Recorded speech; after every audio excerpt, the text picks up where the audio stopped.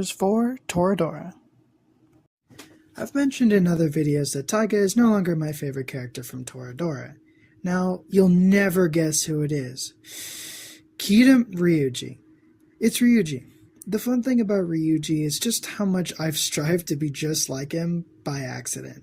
I want to be someone who cleans everything super well, is smart, works hard, and is super caring to others. Those aspirations of mine perfectly describe our boy Ryuji, the only protagonist that is believably desired by every female main character. He's goated, and when I say that, it's because he's literally the greatest of all time. In terms of unconditional care, that is, he's such a peak partner that all the other cast members think he's awesome, and I love that about him. Is he perfect? No. He can be selfish and stubborn, but he still manages to be a good person by the end, and he learns from his mistakes. His major arcs are about conquering his flaws, or at least learning to manage them, as one does. He also has to overcome the massive hurdle of being sheltered from social interaction until right before the series starts. He had one friend, and his friend left him to ogle the student body president. For like 2 years, too. Dude, harsh. Ryuji is the best, and I can't wait to talk about how he grew up, what makes him so great, how every character fell for him, and lastly, his flaws and how he makes up for them. Spoiler, he wins the most improved of the whole cast by a lot. So, let's start from the beginning.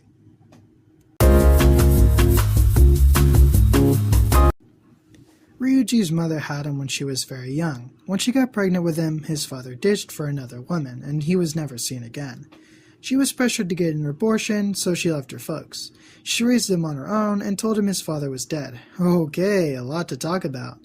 First, his father, and more specifically, what his mother told him about his father. Ryuji was told since he was little how his dad was super cool and how he didn't need one because his super cool mom would take care of him. This was really sweet, and I bet you're wondering why. If you're not, too bad, because I want to talk about it. Single parents have a unique responsibility of explaining an absence in a child's life. A lot of kids know there's something missing, and Ryuji is no different. What's important is to make sure that the child thinks that whatever parent isn't there is awesome. There are a lot of good reasons as to why, and a child psychologist told me that it was important to do so because they will grow up to want to be like the parent as the same gender as them. Either way, boy or girl, and no matter who leaves, it's important for the future of the child to make sure that they view the person positively, even if that means fudging the truth. Now, every kid can be different, for a variety of reasons, but from what the child psychologist told me, this is a pretty secure system that works wonders for single parents when applied correctly. Ryuji's mom had to make sure her son thought that his father was awesome, and so that he would grow up to want to be awesome. I think she did a good job, but as Ryuji got older, he had more resentments about his father. His father had a scary face, and Ryuji inherited that same trait. Ryuji is not the kind of person who seems to fit that face very well, and it seems like he'd rather look just about like anyone else. We see in episode 1 that people were so scared of him, they would just give him their wallets and run for their lives, if anyone so much as bumped him. He was also called Tatsuki the Thug, which is pretty messed up when you remember the kind of person he really is. He's a sweetheart, and he should never be called a thug, like ever. It also puts into perspective how little power he had over the situation. Kitamura was the only guy who tolerated him, and he was the VP. You'd think people would see the VP with him and possibly reconsider their views, but I guess not. It doesn't seem to simmer down until Taiga knocks him down with her fist.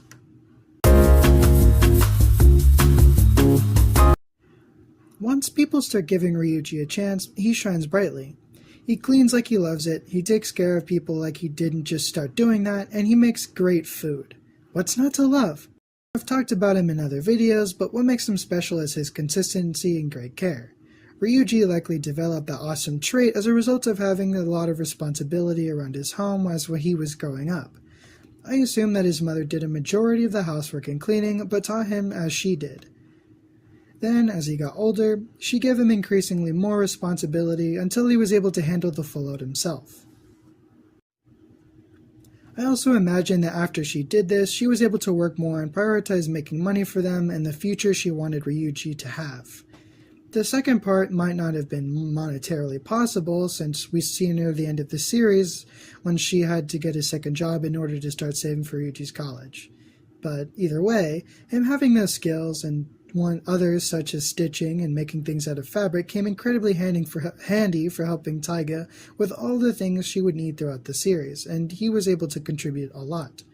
Not just to their relationship, but to his relationship with his other friends such as Minori, Ami, and Kitamura. We saw during the beach vacation that he can cook for a lot of people, and they all loved his food. Cooking is a useful skill for so many occasions, and the fact that he could do it so well at his age and has a lot of interest in it has a promising for his future. He is able to pick up recipes from other people and try them for himself, such as how he does from a restaurant from Taiga's father took him to, and one he picked up from his grandmother. He also does this with cleaning techniques, such as how he does with Minori during the vacation. I find it so intriguing how good he is improving his crafts, and he's very passionate about them as well.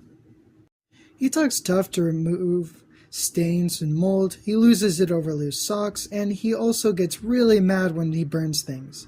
Although, most of us have been there. The thing that makes him so great is that he does the hard things that most people hate, and he does them with such vigor and genuine joy that it's contagious. No wonder I subconsciously wanted to be like him. If I was able to enjoy those things as much as him, my life would have been a cake. Cake? Yep. I would also like to mention that there's pretty good chance that his love of cleaning, cooking, etc. is actually a coping mechanism. He had to do that work regardless, and he had no real friends, so he had to learn to love the things he spent the majority of his time doing. This could be true, and if so, at least it worked. He is genuinely happy doing what he's doing, and if being happy is really what matters, it's not really matter that much what the source of what makes him happy is. He could do really well in a lot of entry-level jobs and substantial careers, but he has to figure out what he wants first. People ended up really liking him by the end, and at the very end of the series, people still know who he is, but don't add Doug to his name. And I say people, but I do mean characters. Whoops. I think that's pretty cool, but he wasn't just popular with the school crowd.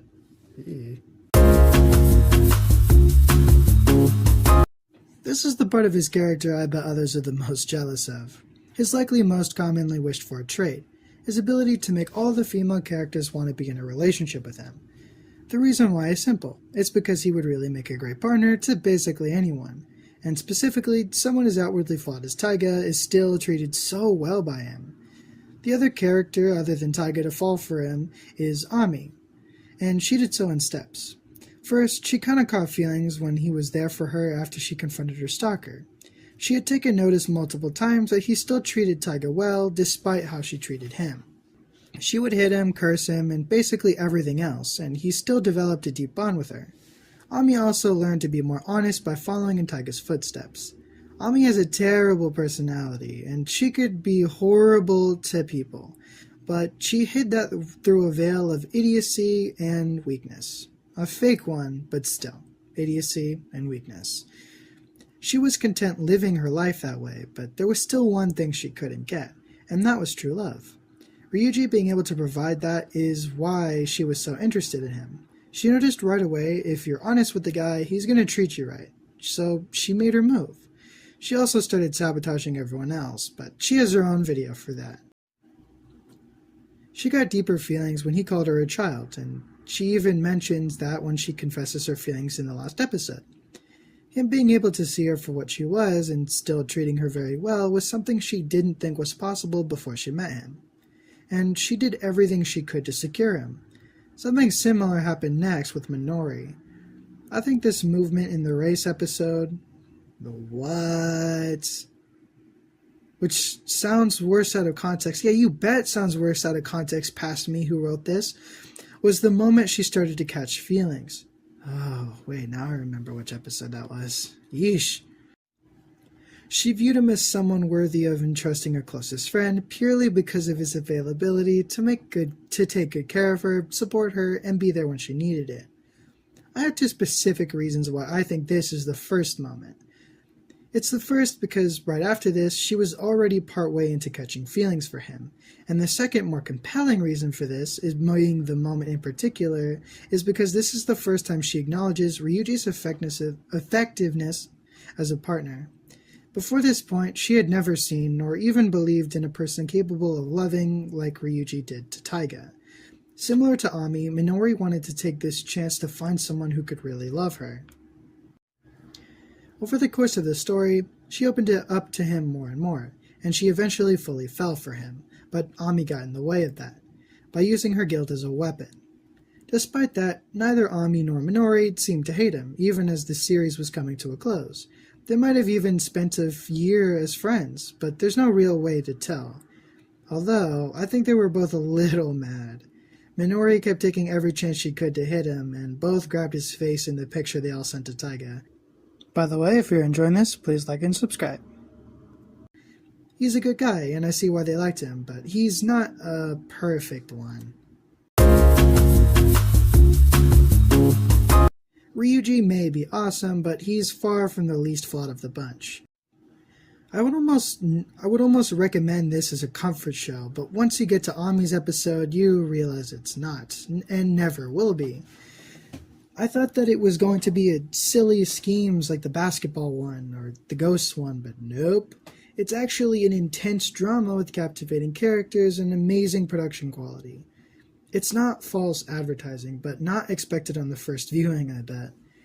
Ryuji's major flaws are that he's stubborn and controlling. He wants things to go his way and refuses to budge on that. There are smaller indications of this throughout the series, like how he likes to lecture other characters on their behavior. He of all people shouldn't lecture anyone on how to live their lives, when he hasn't figured out a shred of what he's going to do with his. He's new to basically everything, but he still lectures people.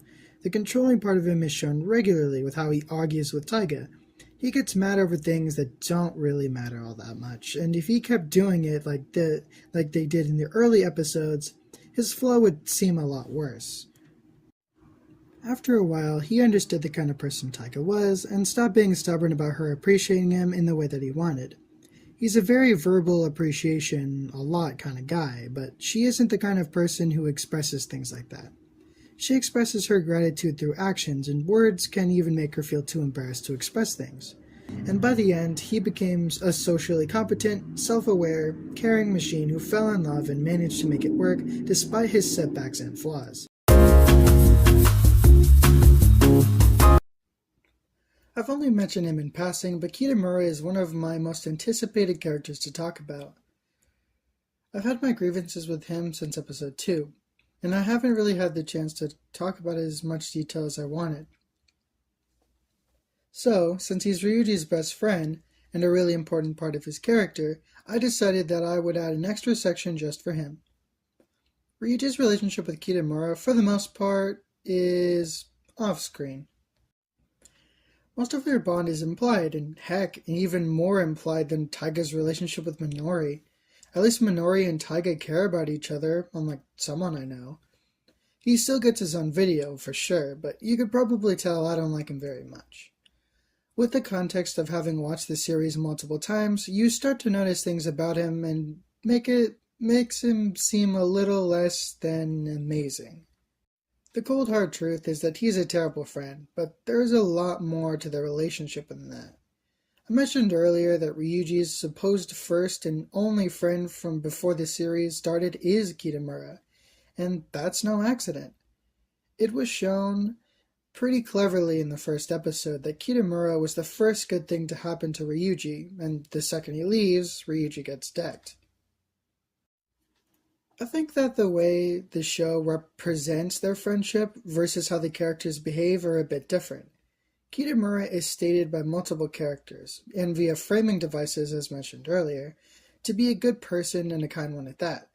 One moment stands out to me. In this scene, where Ryuji is comforting Taiga about the misunderstanding at the restaurant, he tells her that Kitamura isn't the kind of person to hold such a thing against her, and that she should know that already. I don't think the show goes out of its way to make his actions contradict that, but it doesn't prove that either. The main thing I hate about him is how he treats Taiga during and after the confession. he doesn't reject her, and that makes a large amount of the issues for this series happen. If he had rejected her, which would have been the right thing to do, then she would have been able to move on. At the end of episode 2, she states that she isn't giving up because he gave her a weird answer, and that's the problem. Kitamura knows that he isn't in love with Taiga and is actively interested in someone else, but he leads her on instead of cutting things off here. I'll paint a more accurate picture of what that means in his video, but in terms of Ryuji, it's downright cruel. Kitamura knows that Ryuji has feelings for Taiga, but he still leads her on anyways.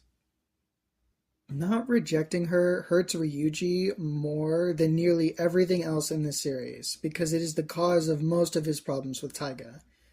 Ryuji is visibly the more open-minded to dating between the two of them, and he feels sad every time that she doesn't want to be around him. If Taiga had been rejected, she would have had Ryuji there for her, and she would have pretty quickly realized her feelings without any obstacles in her way. If she had confessed to him like she did to Kitamura, then Ryuji would say yes in a heartbeat. All that was before the group dynamics got in the way of their bonding, so I have no doubt that they would have been the case. So, Kitamura. What he did was cruel with that context, but there's a lot more to their relationship than just that. They're friends, but they hardly hang out. They're there for each other, at least Ryuji is, but one thing I do like about them is how real they are with each other in the few moments they talk. When Kitamura is going through a crisis, it's Ryuji that is straight with him, and he's the reason that Kitamura realized how ridiculous he was being. I want to come up with examples of how Kitamura is a good friend, but it's just so hard. I think that I can think of two, that in isolation don't make him seem awful. The first thing is that he was very positive for the majority of the series. In the first episode, he's genuinely a good friend and a comfort towards Ryuji, and I think that's great.